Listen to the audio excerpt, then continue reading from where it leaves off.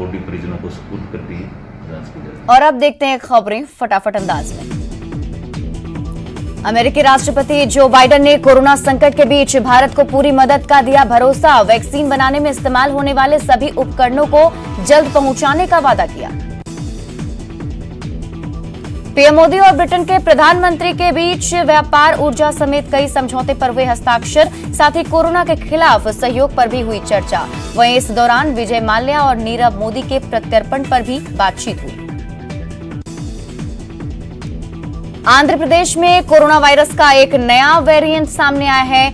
N440 के variant 15 गुना ज्यादा संक्रामक है। इसकी वजह से 3 से 4 दिन में ही लोग बीमार हो जा रहे हैं। पीएम मोदी से नौसेना प्रमुख कर्मवीर सिंह ने कोरोना के हालात पर मुलाकात की। कोरोना काल में नौसेना की भूमिका के बारे में बताया। कोरोना की जानलेवा रफ्तार पर पूर्व कांग्रेस अध्यक्ष राहुल गांधी ने लॉकडाउन की सलाह दी है। राहुल ने ट्वीट में लिखा कि कोरोना के प्रसार को रोकने के लिए संपूर्ण लॉकडाउन ही एक उपाय है। देश भर में 24 घंटे में 3,57,229 नए कोरोना के केस सामने आए। वहीं एक दिन में 3,449 मरीजों की मौत हुई। मरुधरा में कोरोना की दूसरी लहर का कहर जारी है। 24 घंटे में 154 लोगों की मौत हो गई, जबकि 16,974 लोग संक्रमित पाए गए। मुख्यमंत्री अशोक गहलोत ने प्रदेश में 18 से 44 वर्ष आयु वर्ग के लोगों के लिए निःशुल्क वैक्सीनेशन की घोषणा की है। लेकिन इसके साथ ही उन्होंने दानदाताओं, भामाशाहों, समाज सेवियों, जनप्रतिनिधियों, कार्मिकों और समाज के सभी वर्गों से आर्थिक सहयोग के लिए अपील की। सीएम गहलोत ने वैक्सीनेशन के लिए डेडिकेटेड बैंक खाता खोलने की स्वीकृति दी है। मुख्यमंत्री के निर्देश पर बैंक खाता स्टेट बैंक ऑफ इंडिया की जयपुर सचिवालय शाखा में खोला गया है।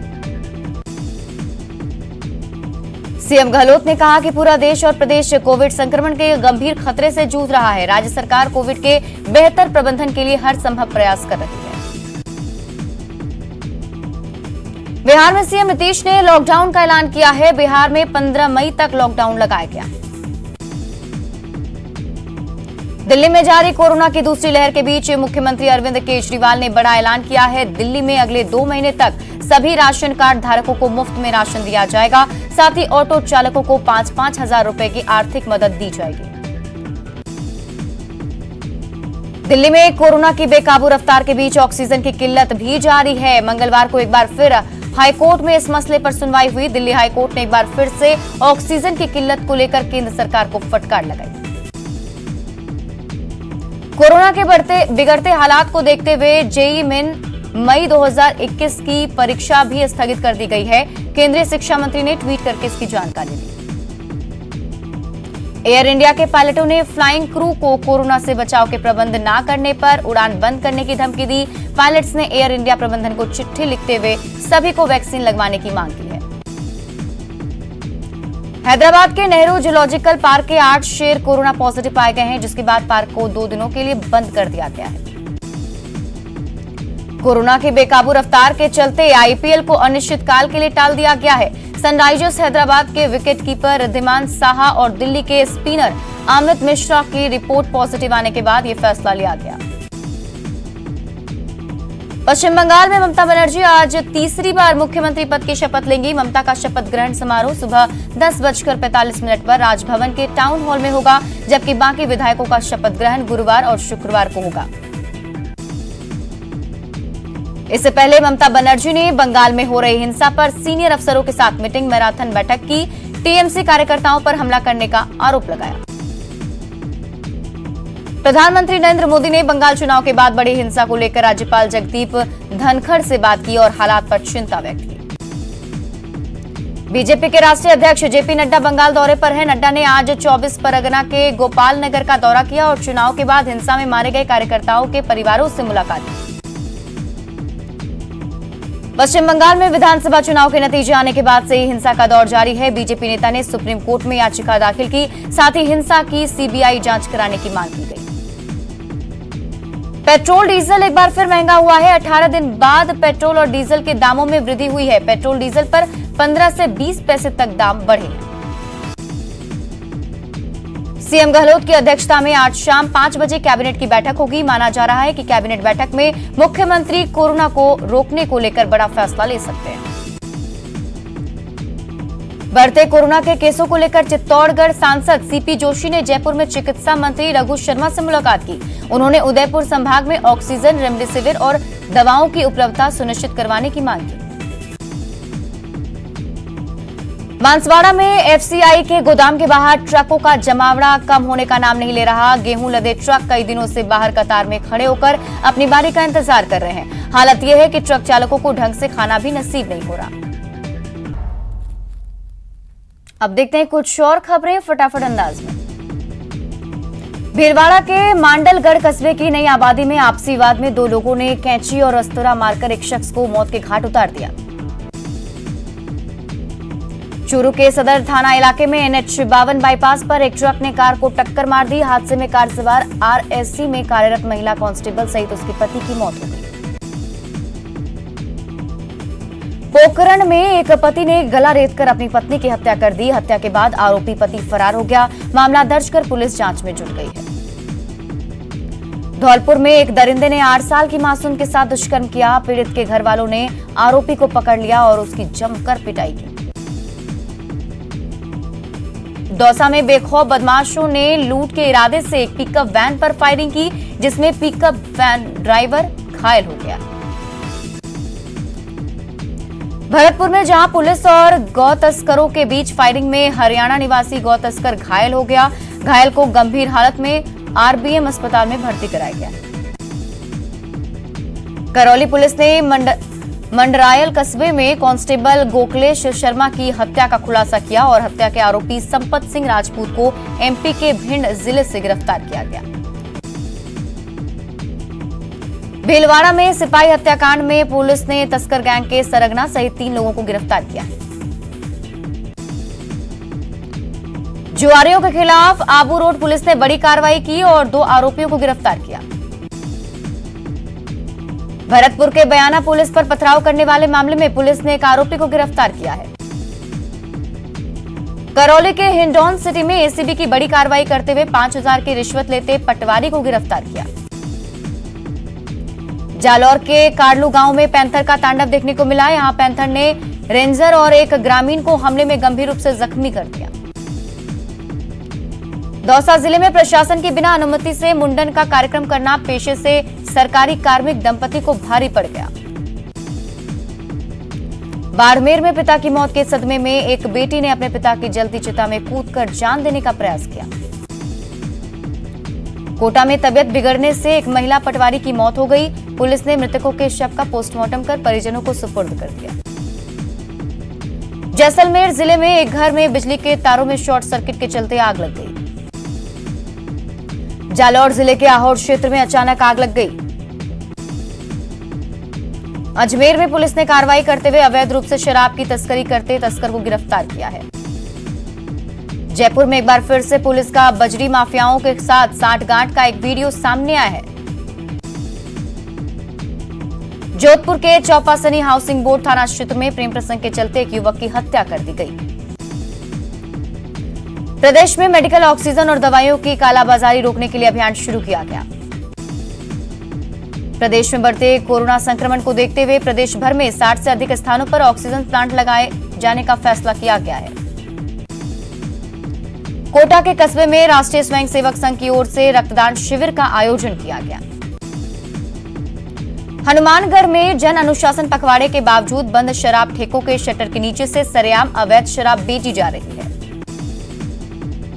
चूरू में रेड अलर्ट जन अनुशासन पखवाड़ा के तहत पुलिस ने जिले में ताबड़तोड़ कार्रवाई की, जिसके चलते पुलिस ने 13 लोगों को क्वारंटीन सेंटर भेजा।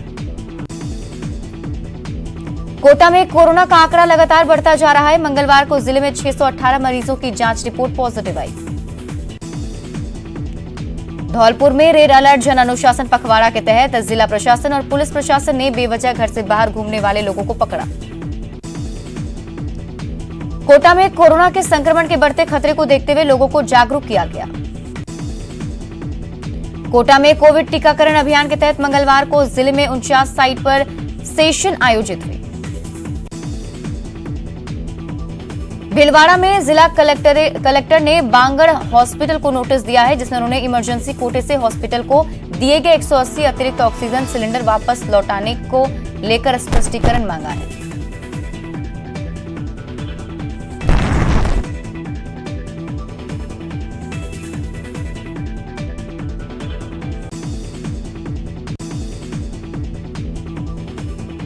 झालावाड़ जिले में एक कोरोना पॉजिटिव परिवार के लोग कोरोना गाइडलाइन का उल्लंघन कर अपनी दुकान खोलकर व्यापार कर रहे थे। कोटा में महामारी रेड अलर्ट जन अनुशासन पखवाड़े के तहत पुलिस ने कोरोना गाइडलाइंस की पालना करवाने के लिए सख्ती बरती। कोटा में ग्रामीण पुलिस की ओर से रेड अलर्ट जन अनुशासन पखवाड़े के तहत अनावश्यक घूमने वाले 18 लोगों को गिरफ्तार किया गया। श्रीगंगानगर में मंगलवार को कोरोना के 180 नए मामले सामने आए, जिसमें जिले में एक्टिव कोरोना केसेस की संख्या बढ़कर 30,276 हो गई। चूरू जिले में कोविड-19 टीकाकरण अभियान के तहत मंगलवार को महज 894 लोगों को ही कोरोना वायरस से बचाव का टीका लगाया गया। कोटा में मंगलवार को 4 मरीजों की मौत के साथ ही कोरोना से मरने वालों का आंकड़ा 304 हो गया है। जोधपुर में रैली के माध्यम से लोगों को कोरोना महामारी के प्रति जागरूक किया गया। झालावाड़ जिला कारागृह में 2 कैदियों समेत करीब दर्जन भर जेल और आरएसी के जवान कोरोना संक्रमण की चपेट में आए। भरतपुर संभागीय आयुक्त पीसी बेरवाल हिंडौन सिटी पहुंचे और कोविड लाइन की पालना को लेकर पुलिस प्रशासन के अधिकारियों के साथ चर्चा की। चूरू के सरदार शहर कस्बे में एकमात्र सिटी स्कैन सेंटर के अचानक बंद होने से मरीज और उनके परिजन परेशान हो गए। चूरू के सरदार शहर के राजकीय अस्पताल की व्यवस्थाओं में सुधार के लिए विधायक पंडित भंवरलाल शर्मा के निर्देश पर 6 सदस्यों की टीम गठित की गई। बारां में जिला अस्पताल में बंद पड़े वेंटिलेटर और मरीजों की जा रही लगातार जांच के बाद बीजेपी दल ने जिला अस्पताल का दौरा किया।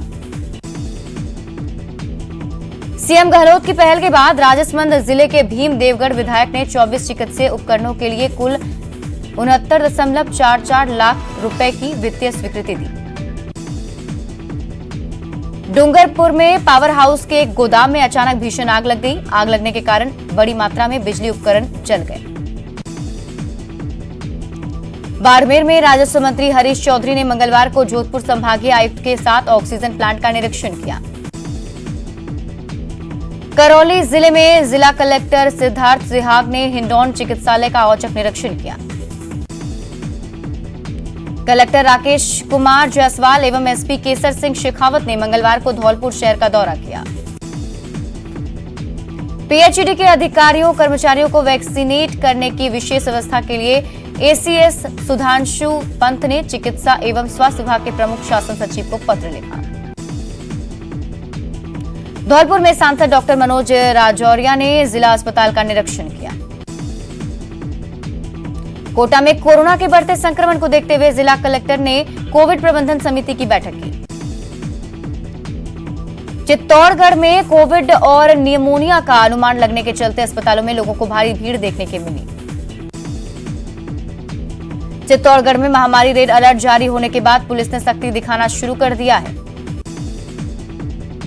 श्रीगंगानगर में रेड अलर्ट जन अनुशासन पखवाड़े के तहत पुलिस और प्रशासन ने सख्त रवैया अपनाते हुए अनाधिकृत रूप से खोल रही दुकानों के खिलाफ कार्रवाई की। भीलवाड़ा में पुलिस के 2 जवानों की हत्या के मामले में 3 आरोपियों को गिरफ्तार किया। श्रीगंगानगर के सूरतगढ़ के ट्रॉमा सेंटर को कोविड डेडिकेटेड हॉस्पिटल में तब्दील करने के बाद पहले ही दिन 8 कोरोना मरीज इलाज के लिए भर्ती हुए। श्रीगंगानगर में अलर्ट महामारी जन अनुशासन पखवाड़े के तहत पुलिस प्रशासन लगातार सख्ती बरत रहा है।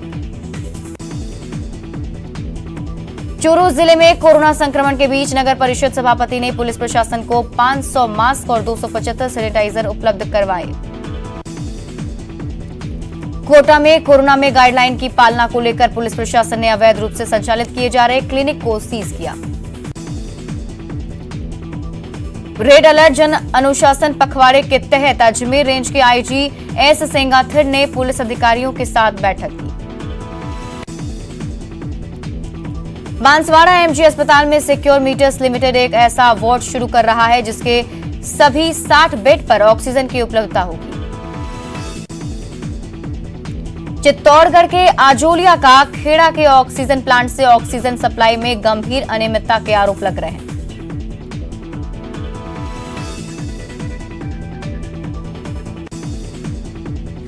कोरोना महामारी के इस दौर में कोरोना मरीज ऑक्सीजन की भारी कमी से जूझ रहे हैं। ऐसे मरीजों की मदद के लिए जयपुर ग्रेटर नगर निगम की मेयर सौम्या गुर्जर ने नई पहल की।